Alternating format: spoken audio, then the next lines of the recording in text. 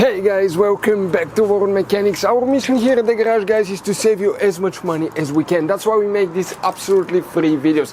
Let's go ahead and start on it now.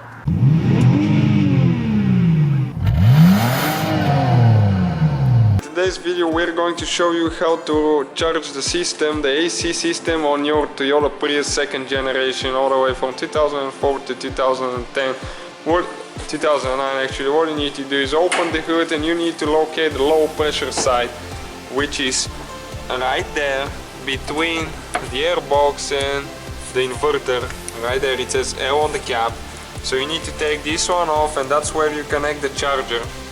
It takes 15.9 plus minus 1 ounce, so it's right about 1 pound. And you wanna, ours it has a slow leak, so we're going to adjust a little bit.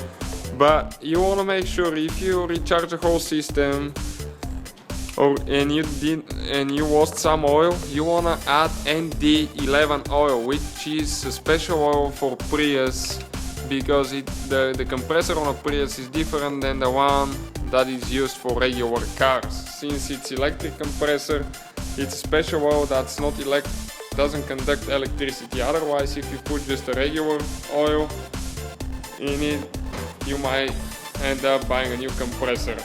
So first thing, you need to turn the key. Well, you need to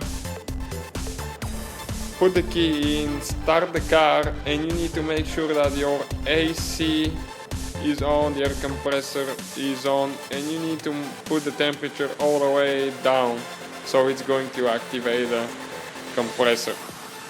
Then next thing that you need to do is you need to add the refrigerant, which in this case I said it takes, for if it's completely dry, about 1 pound.